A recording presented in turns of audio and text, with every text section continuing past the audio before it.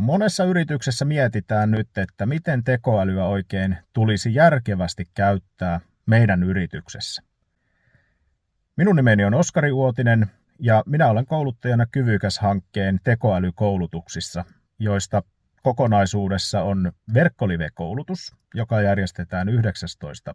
toukokuuta kello 13-17. Ja tähän kokonaisuuteen kuuluu myöskin 2 työpajaa, joista toinen käsittelee tekoälyn hyödyntämistä markkinoinnissa ja viestinnässä ja toinen sisäisessä käytössä. Ja myöskin siinä sivutaan ja käsitellään noita AI-tekoälyagentteja. Näiden työpajojen ajoista sovitaan tapauskohtaisesti, niitä voidaan hankkeen alueella Pohjois-Savossa järjestää, kun osallistujia tarpeeksi paikkakunnalta löytyy. Eli kysykää näistä lisää Kyvykäs-hankkeen väeltä. Näistä pystyy osallistumaan joko yhteen tai useampaan, eli ei tarvitse osallistua koulutukseen ja sitten työpajaan, vaan voi osallistua suoraan työpajaankin tai tietysti mahdollisuuksien mukaan hyödyntää koko tämä tekoälykoulutustarjontakin.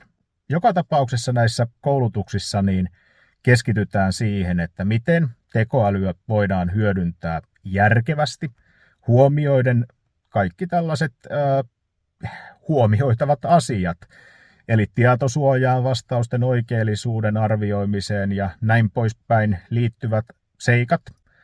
Ja käytän paljon esimerkkejä ja haluan myöskin osallistujat jakamaan toisilleensa hyväksi kokemiaan käytäntöjä tekoälyn hyödyntämisestä. Puhutaan totta kai myöskin työkaluista ja kehityksestä, joka on ollut eittämättä nopeaa.